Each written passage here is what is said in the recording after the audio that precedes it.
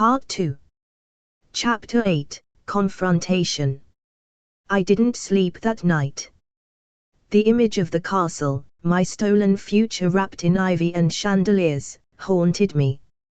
Every time I closed my eyes, I saw my sister standing under an arch of roses, beaming in a dress paid for by the years I spent working double shifts and drowning in student debt. I tossed and turned, a silent fury growing heavier in my chest. There had been too many lies, too many deflections. I needed answers. Real ones. No more vague smiles. No more your strong speeches. I wanted to hear it from her mouth. So the next day, I took the bus to my parents' house. The last time I'd been there was months ago. It felt smaller than I remembered. The shutters needed paint. The porch light flickered. But it was still home, technically. Though I had to admit, it felt like visiting a place that had already made peace with my absence. I didn't text ahead. I didn't knock. I walked right in. My mom was in the kitchen, unpacking groceries. Organic fruit, imported cheese, a bouquet of fresh ponies, probably for some casual dinner that would cost more than my monthly food budget. She looked up, surprised. "Oh," she said, plastering on a smile. "Didn't know you were coming." "Yeah," I said, dropping my backpack by the door. "I figured it was time." She hesitated. "Is everything okay?" "No," I said flatly. "It's not." Her hand froze mid-reach for a bag of almonds. I stepped closer. My voice was calm, but every word came out sharp, deliberate. "I need to ask you something, and I want you to be honest with me. No excuses. No weird little church fundraisers. Just the truth." My mom's expression shifted, subtle, but I caught it. A flicker of unease. She straightened, smoothing out the creases in her blouse like it would help her hold her ground. "Okay," she said carefully. "What is it?" I took a breath. "How is this wedding being paid for?" She blinked. "What wedding?" "Don't," I snapped. "Don't insult me. I've seen the castle. I've seen the posts. The designer dress. The catering. The balloon arches. The castle, Mom." Silence. I watched her face harden. She set the almond bag on the counter, slowly, as if it had suddenly become fragile.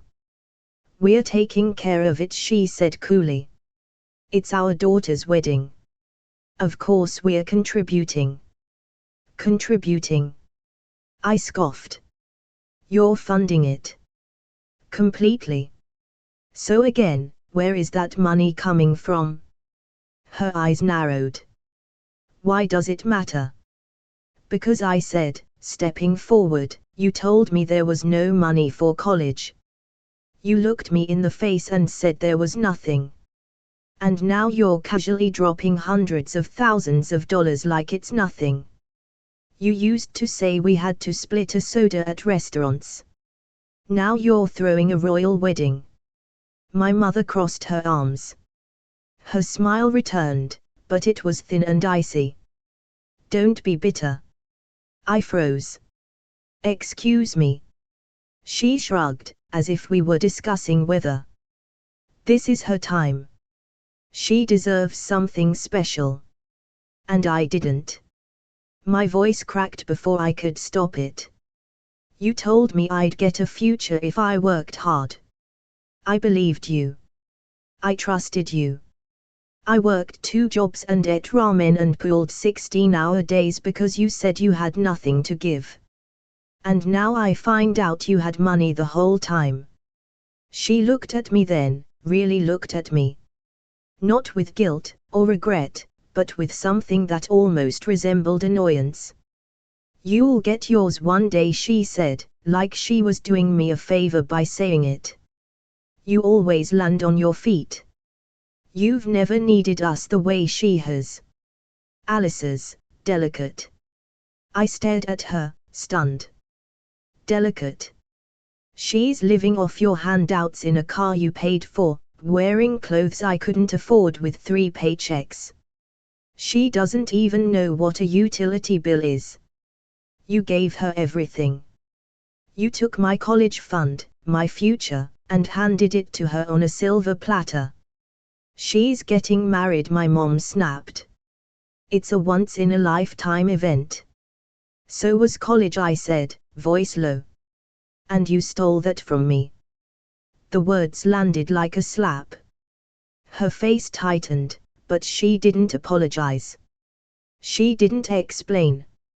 She just looked at me like I was the one being cruel. Like I was the villain in a story I didn't even know I'd been written out of. I think you should leave, she said coldly. And so I did. I picked up my bag. I walked out the same door I'd walked through 1,000 times before. But something was different now. I didn't feel like I was leaving home. I felt like I was waking up from a nightmare I hadn't realized I was in. Chapter 9, The Guest List. 3 days passed after the confrontation with my mother, and I didn't hear a word from anyone in my family. No texts. No missed calls. No maybe we overreacted. Just silence, crisp and surgical, like I had been cut out clean. And I told myself I didn't care. I told myself I was done, that I'd gotten what I came for, the truth, and now I could finally move on. But if I'm being honest, some small part of me still hoped I'd hear from them. Even if it was just a weak apology. Even if it was just a few empty words to patch over the years they'd spent unraveling me. I guess I wasn't as numb as I thought. That hope died the moment I got a message from my former babysitter, Trina, of all people. I was in the break room of the diner, halfway through a vending machine granola bar, when the message came through. Hey hun, just saw the wedding invite. So excited to see everyone again. Is it true you're not going? My heart dropped. I stared at the screen for a few seconds, unsure if I was reading it right. Wedding invite? What wedding invite? I blinked hard, suddenly cold, suddenly alert in a way I hadn't been in days. I tapped back. What invite? 3 dots. Typing. Then. Alice's. It came in the mail yesterday. I thought maybe it got lost in yours. Or maybe she's going digital for family. Weird she wouldn't have told you. I didn't respond.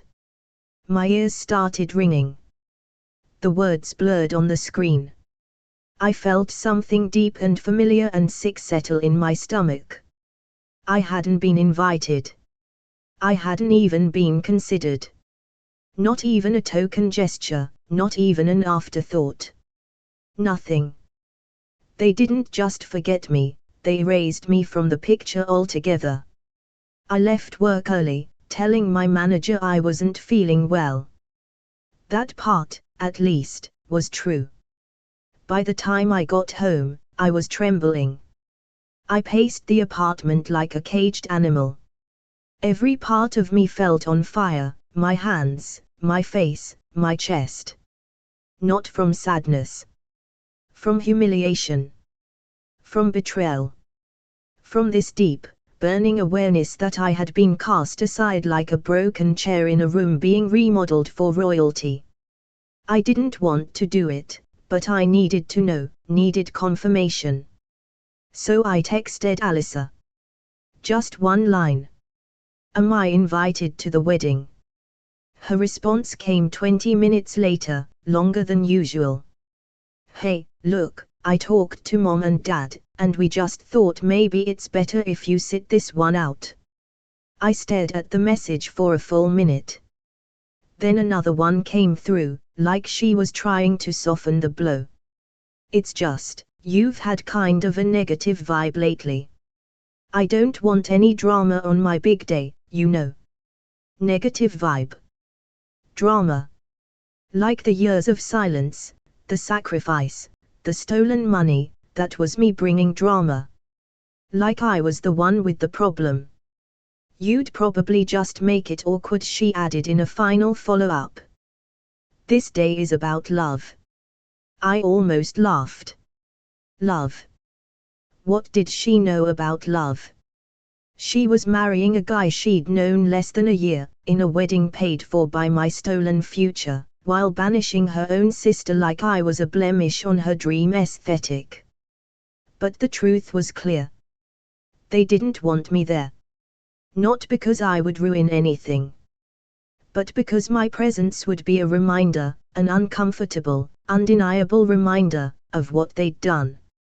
Of what they'd taken. I was the living proof of the lie they built that wedding on. And they didn't want the truth anywhere near the castle. So I didn't respond. Not to Alyssa.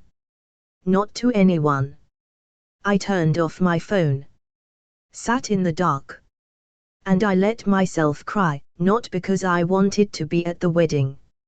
Not because I wanted to wear a stupid dress and pose for pictures and clap politely for speeches. I cried because I realized something permanent had broken. Not a crack. Not a wound. A severing. They didn't just forget me. They chose to delete me. And that kind of betrayal. It changes everything. Chapter 10, Rock Bottom. They were sipping champagne under chandeliers while I lay on a gurney, hooked up to an 4. The irony would have been funny if it didn't hurt so much, physically, emotionally, all of it. But that night, I wasn't thinking about irony. I wasn't thinking about anything, really. My brain was foggy, my mouth dry as sand, and my body felt like it had been wrung out and tossed in a corner to dry. I had collapsed at work. Literally. One moment I was cleaning a booth, trying to ignore the sharp throbbing in my head, and the next thing I knew, I was on the floor with 3 co-workers hovering over me. Everything had gone black for a second, no warning, no build-up. Just black. When I came to, someone had already called an ambulance. I begged them not to. I didn't have insurance. I couldn't afford another bill. I couldn't even afford to refill my inhaler the last time it ran out. But they insisted. Said I was pale.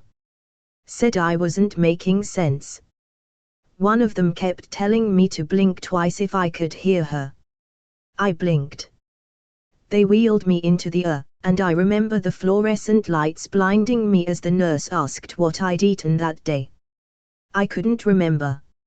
I think it had been a granola bar at 7 a.m., maybe some crackers after class, nothing else. No water. No real food. I had meant to eat something during my shift, but I got too busy. Again. You're severely dehydrated, the nurse said. You've probably been running on empty for a while. She didn't say it like it was a crime. She said it like she'd seen it before. Like she recognized this type of collapse, the quiet kind that builds slowly over weeks and months of trying to hold everything together while slowly coming undone. I lay there in the sterile white room for hours, listening to the rhythmic beep of machines. And 4 slowly pushed fluids into my arm. I stared at the ceiling and tried not to cry. I told myself I didn't have time to cry. I needed to rest, to recover, to get back to work. I had another shift the next morning. Rent was due in a week. There were midterms coming. But then I remembered, they were touring the castle that day. I had seen the post earlier, just before I passed out. Alyssa had uploaded a reel, her twirling in a ball gown, laughing in slow motion while my mom clapped in the background. The caption read, "Fairy tales do come true venue day blessed beyond words." My dad was there too, awkwardly smiling in his best blazer, clearly posing for the camera. They looked so happy. Like a family. Like everything in their world was picture perfect. Meanwhile, I was lying in a hospital bed with salt stains under my eyes and a splitting headache, wondering if anyone would notice if I disappeared. I checked my phone when I was discharged. No missed calls. No texts. No "Are you okay?" No "Hey, we heard what happened." They didn't know. They didn't care. They hadn't even noticed. I walked the 10 blocks home in the cold, because I couldn't afford a ride share, and I was too proud to call anyone I knew. Every step hurt. My knees ached. My vision swam at the edges. But I made it. I collapsed into bed, still wearing the hospital wristband. I didn't take it off. Maybe I wanted the physical proof that I hadn't imagined any of it. That someone, somewhere, had seen me break. It's a strange thing, hitting rock bottom. It doesn't happen all at once. You think it's when the money runs out, or when you miss a class, or when your fridge is empty. But it's quieter than that. It's the moment you realize that if you were to disappear, if you were to vanish into the air, not a single person in your own family would come looking. I didn't want revenge. I didn't want an apology. Not then. All I wanted was someone to ask if I was okay. Just one text. One small flicker of concern. But it never came. So I lay in the dark that night, my stomach still aching, my veins still burning from the fall, and finally admitted what I'd spent years trying to deny. I was completely alone. And the people who should have been in my corner, my parents, my sister, had chosen a castle tour over their own daughter's collapse. That was the moment I stopped waiting to be rescued. And started planning my escape. Chapter 11, Secrets Unravel. Weeks passed. I was back to grinding, school, work, sleep, repeat. Nothing had changed, not really. But something inside me had shifted. The exhaustion felt heavier now, laced with a deeper kind of bitterness. I moved through my days like a ghost, watching the world from behind a sheet of glass while my family played dress-up in a fantasy they had built with pieces of my stolen life. But despite everything, I still felt tethered to them. Some ancient instinct. Some twisted hope. And when my Aunt Margie invited me to a casual family cookout, I went. Not because I wanted to see anyone. Not because I believed anything had changed. But because I needed to see it for myself, to look into their eyes and confirm that they had really, truly abandoned me. The cookout was at my uncle's house in the suburbs, freshly trimmed lawn, outdoor speakers playing soft pop, and folding tables piled with food. It felt surreal walking into the crowd, hearing laughter and sizzling meat while I carried the weight of 1,000 unspoken wounds. Alyssa was there, of course. Dressed in white again, always white now, as if she were already auditioning for sainthood. She wore a pearl headband and talked loudly about the wedding planner's latest ideas. Ice sculptures for the entrance, custom cocktails for each table, a signature scent for the venue, so the whole place smells like romance. I kept my distance. I was sitting under a tree in the shade, trying to force down some potato salad, when Aunt Margie plopped into the chair beside me with a full wine glass and a smile that was just a little too wide. "Don't look so gloomy, hun," she said, nudging my shoulder. "Big things happening in the family, huh?" I nodded stiffly. "Yeah. Apparently." She leaned in like we were conspirators, lowering her voice to a not-so-quiet whisper. "I mean, can you believe this wedding? It's like something out of a royal documentary.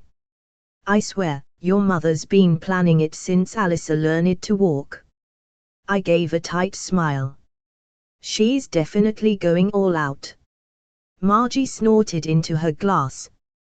Well, at least that college fund went to good use, right?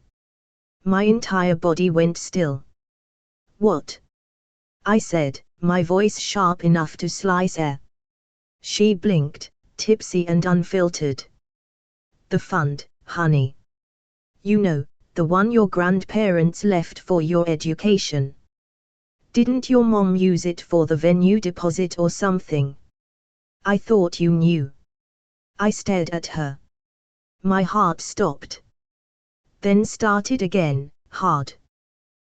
What did you just say? Aunt Margie frowned, finally catching the look on my face. Oh. Oh no. Wait, was I not supposed to say that? I couldn't breathe. That fund. The one they said didn't exist. The one they claimed was wiped out by the market, or used up for emergencies, or never that big to begin with. The one I had mourned like a lost parent when they told me there was nothing for my college. That fund. It had been real. And they had used it. Not for my tuition. Not for books or rent or application fees. They used it for a wedding. For Alice's wedding. For the dress. The castle. The string quartet. The custom scent. All of it, paid for with money that was meant for me. My mouth went dry. The world tilted. I stood up too fast, my chair scraping against the patio stones. Aunt Margie reached for my arm, mumbling, "Sweetie, I'm sure there's more to it than that." But I wasn't listening anymore. My pulse thundered in my ears. I looked across the yard, scanning for my mother. There she was, by the grill, laughing with my uncle. Holding a glass of rose like nothing was wrong. Like she hadn't stolen from me. Like she hadn't fed me lies while writing checks from my future. I walked out without saying goodbye.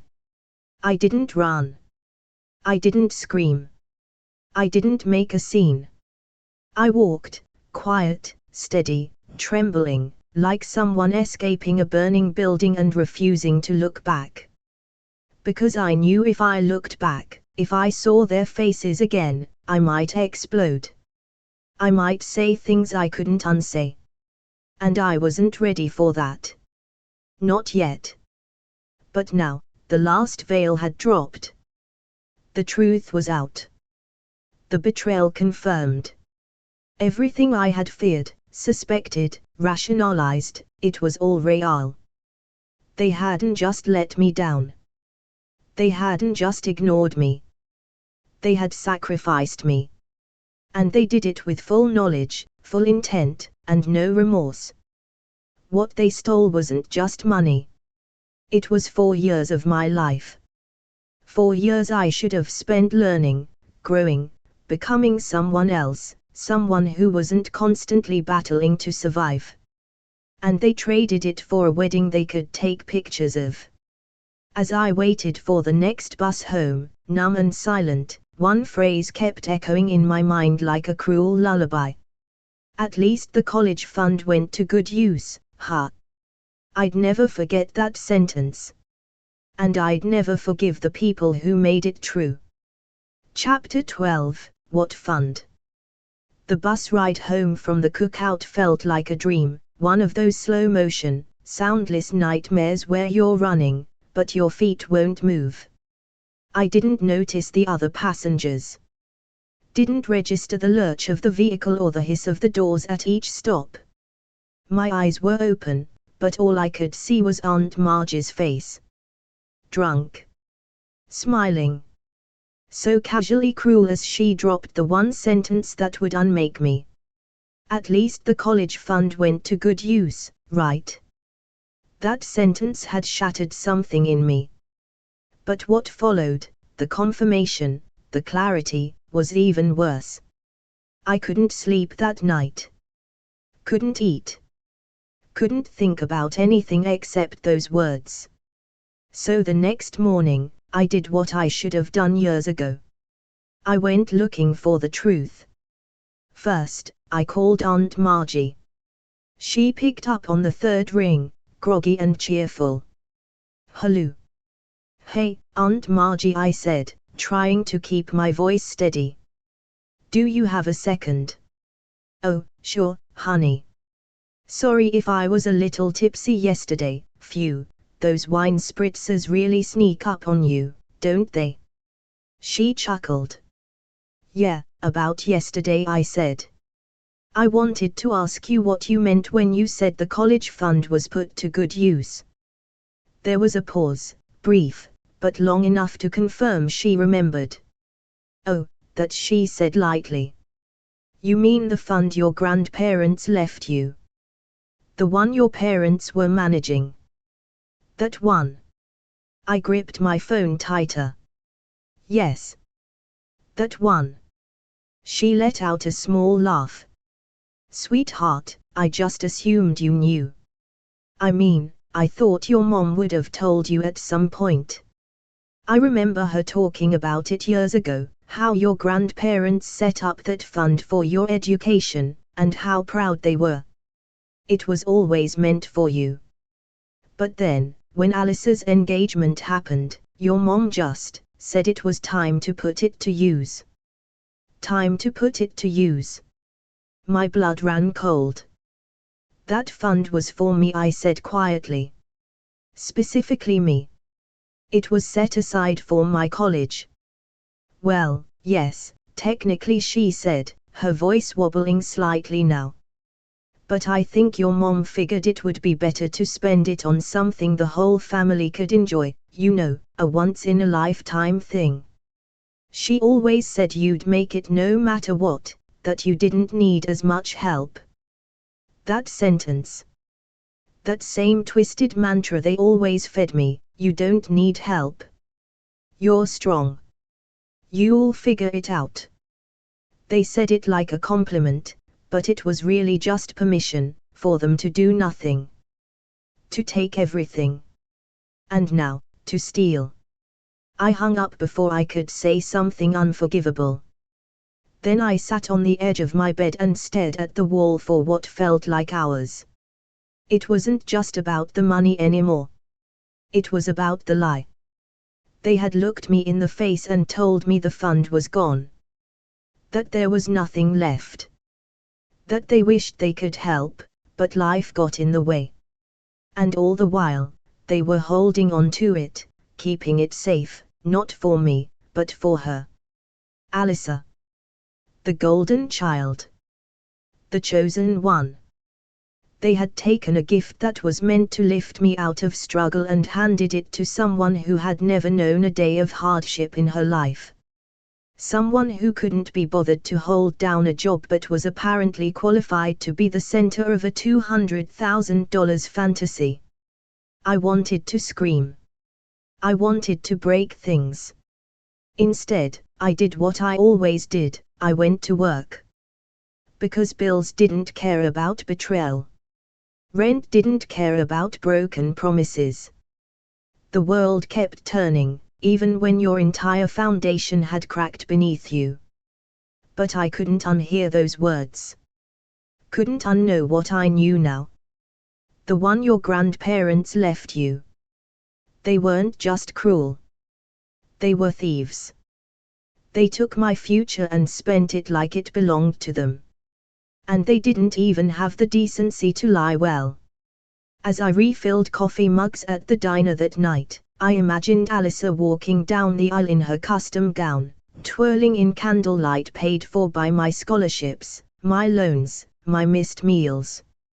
And I knew, no matter what happened next, no matter how far I got away from them, I would never forget. And I would never forgive.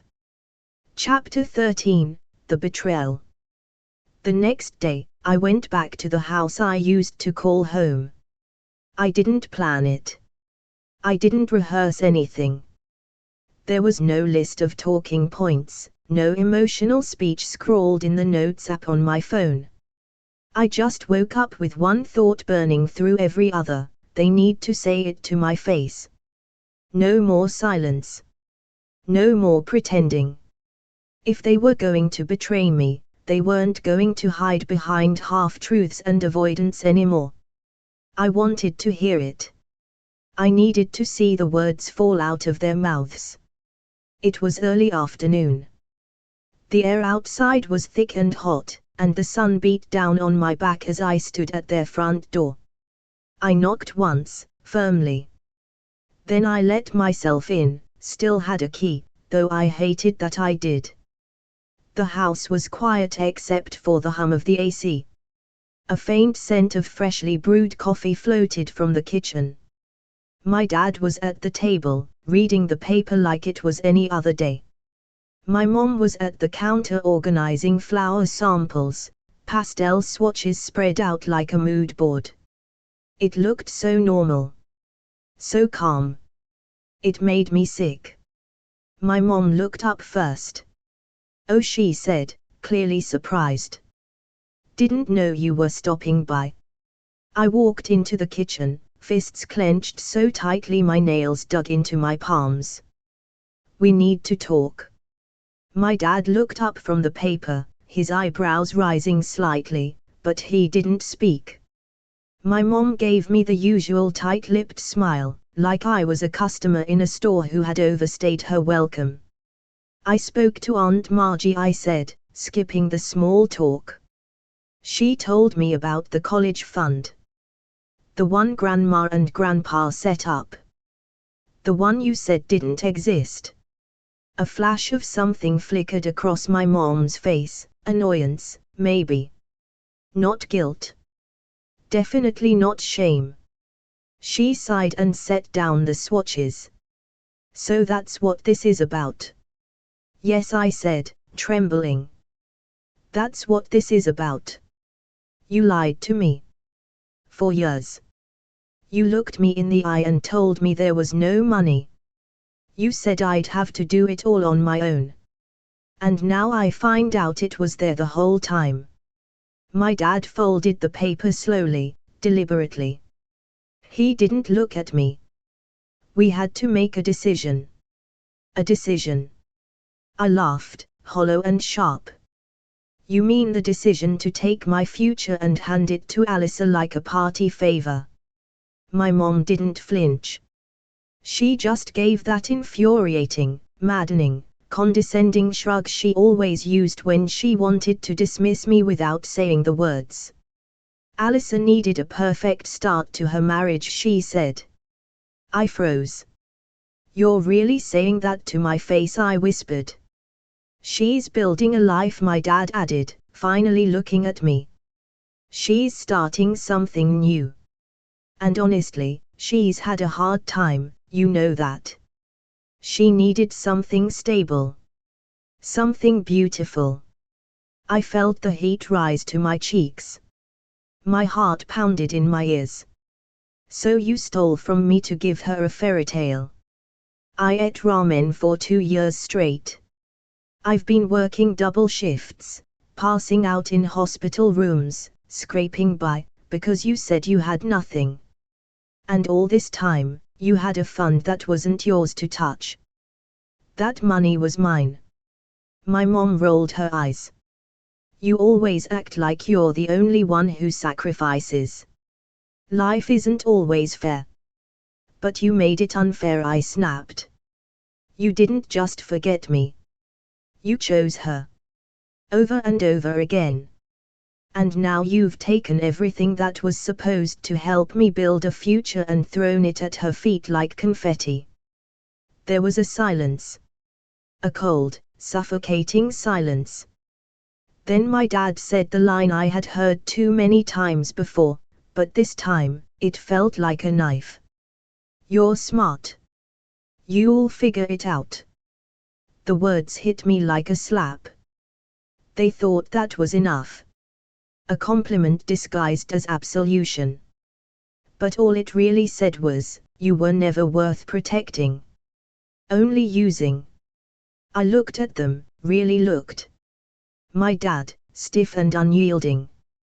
My mom, eyes already drifting back to her wedding plans, like I was interrupting something far more important. They weren't sorry.